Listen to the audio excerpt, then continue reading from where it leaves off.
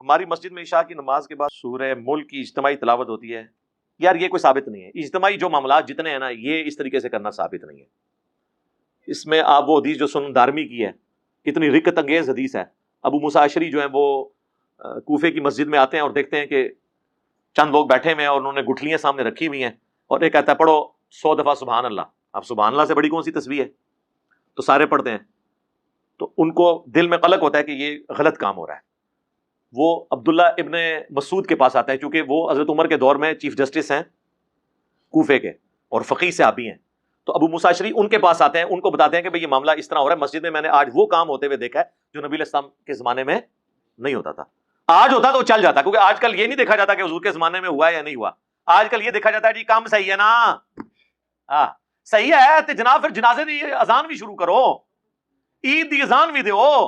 ساڑھے کو تو پھر ہی پکیاں نے وہ کہتے نہیں وہ ثابت کوئی نہیں ہے، ثابت نہیں تھے کہ اذان کوئی غلط کام ہے، کرو نا.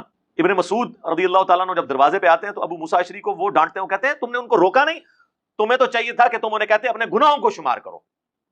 پھر وہ تیزی سے مسجد میں آتے ہیں اور اب وہ یہ کام ہوتا ہے، دیکھ رہے ہیں نیکی کا ہی کام ہو رہا ہے.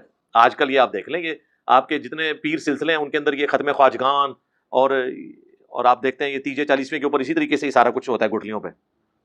تو ابن مسعود رضی اللہ تعالیٰ عنہ انہیں کہتے ہیں تم اپنے گناہوں کو شمار کرو. اللہ کی قسم ابھی تو اللہ کے نبی کا کفن بھی پرانا نہیں ہوا، اللہ کے نبی کے برتن بھی ابھی نہیں ٹوٹے ہیں. یعنی حضور کو فوت ہوئے اتنا عرصہ نہیں گزرا کہ آپ کے برتن بھی ٹوٹ گئے ہوں، اور اے امت محمدیہ تم نے یہ کام شروع کر دیے.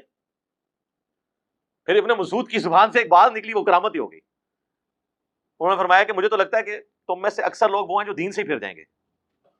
اور وہ تابعی کہتے ہیں کہ ہم نے ان لوگوں کو پھر جنگ نہروان میں حضرت علی کے خلاف لڑتے ہوئے دیکھا ہے، وہ خارجی ہو گئے.